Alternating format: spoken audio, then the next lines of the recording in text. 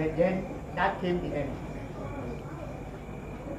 When we were in secondary school, this sermon, this is what I'm just giving you here.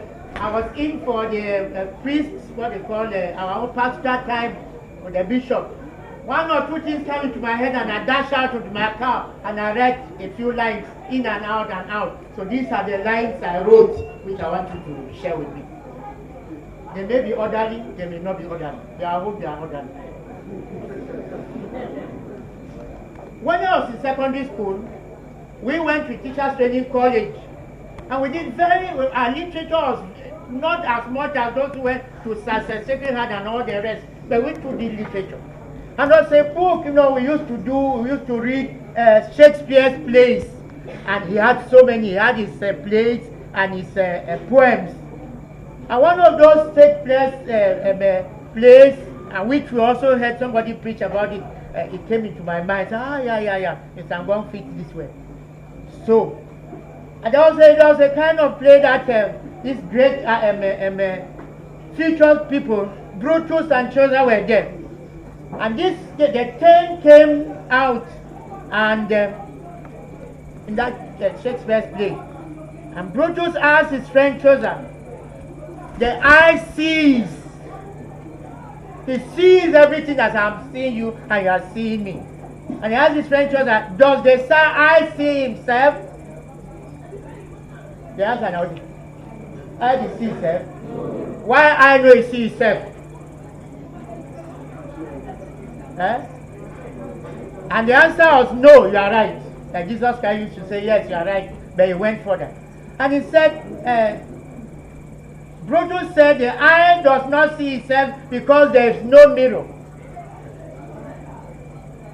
Jimmy Cliff has a song. If you take a mirror, if you look at a mirror, what do you see? You see yourself. Jimmy Cliff too, that's how he said, the mirror. Okay.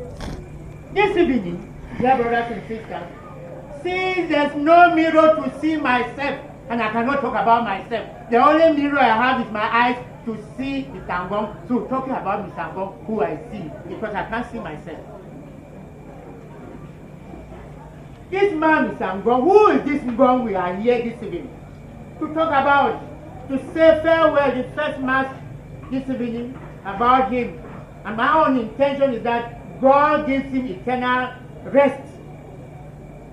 And God has taken him because he knew he was a nice man.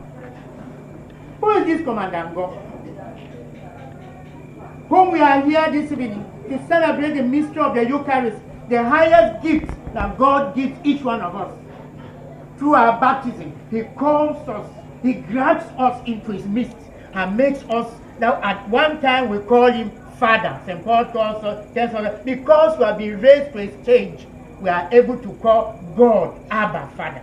Who is this man Ngong who called God Abba Father?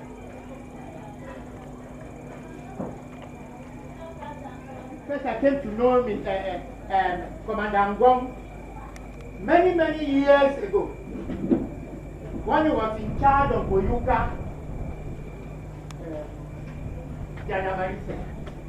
I knew he took over from his other friend, Sister Agnes, senior brother, who died. Put the microphone in my mouth. I don't know whether it's the microphone that speaks or me who speaks. After that period, everything about Commandant Ngong disappeared, and I was flying like a butterfly, papillon. Then in 2015, things changed, and I was sent to Bota as what you people call parish priest, which I didn't like to be called. I met this same Commandant Ngong. I met him in church reading with his group of people. They are here. I met him very active. In our meetings there, we used to sit. I met him with his group, the CMA. They have their committee there in the evening. And some days they come and talk about the church and the church's doctrine. That is where I met him. And we were so close. I met him again when there was some serious problem in the parish about building of the fence and something else. And Commandant Ngong and his friend Mami, they were asked to see what happened without finishing the fence up there. These things are supposed to be said. And then our friendship grew. I remained there with Mr. Ngong. On and on and on. he was faithful, like any other Christian want to go to heaven. Because he read the word of God, he pronounced it for other people to appreciate the word. And appreciating the word of God, you become a member of that word. Because the word is like a double-edged sword. It gets between and can transform you if you open up. We miss this Mr. Ngong. And his group miss the family and the rest. Commandant Ngong passing, as I said, it was all a shock for all of us. After having celebrated in the bishop house on that famous Saturday, and I have my prompters, not prompters to know what voter is saying. Don't be afraid, I'm not prompting you. And man of God told me, he said, Father, you know what it don't happen?